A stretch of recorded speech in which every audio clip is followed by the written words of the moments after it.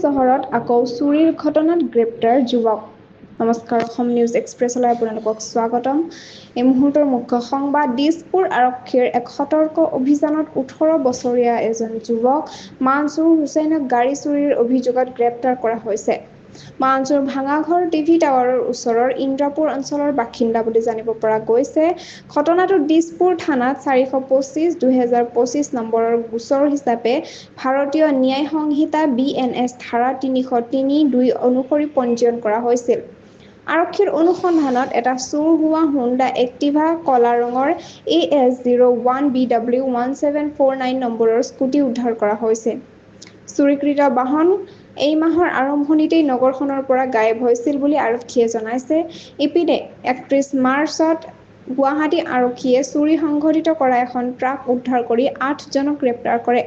গ্ৰেপ্তাৰ হোৱা চোৰৰ দলৰ সদস্যৰ নাম হৈছে নুৰ হুছেইন, ৰাছিদুল আলম, মাইদুল ইছলাম, আইনুল হক, নজৰুল ইছলাম, পংকজ যাদৱ, সঞ্জীৱ কুমাৰ আৰু ৰণবীৰ আৰোৰা। তেওঁলোকে এখন ট্ৰাক দিন দুপৰীয়াই ক্ৰেইনৰ সহায়ত চুৰি কৰি ১৩ মাইলত থকা স্ক্ৰেপ য়াৰ্ডত বিক্ৰী কৰি দিয়ে। আৰক্ষীয়ে গোপন সূত্ৰৰ সহায়ত স্ক্ৰেপ য়াৰ্ডত অভিযান চলাই ট্ৰাকখনৰ ইঞ্জিন নম্বৰৰ জৰিয়তে পৰিচয় নিশ্চিত কৰে।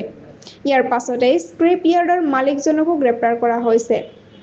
সদায় জাগ্ৰত থাকক, সন্দেহজনক কিবা দেখিলেই স্থানীয় আৰক্ষীক অৱগত কৰক। এতিয়ালৈ আমি বিদায় লৈছো। জড়িত থাকক অসম নিউজ এক্সপ্ৰেছ চেনেলটোৰ লগত। চেনেলটো লাইক, কমেণ্ট, শ্বেয়াৰ, ছাবস্ক্ৰাইব কৰিবলৈ নাপাহৰিব। লগতে কাষতো থকা বেল আইকনটো দবাবলৈ নাপাহৰিব। ধন্যবাদ।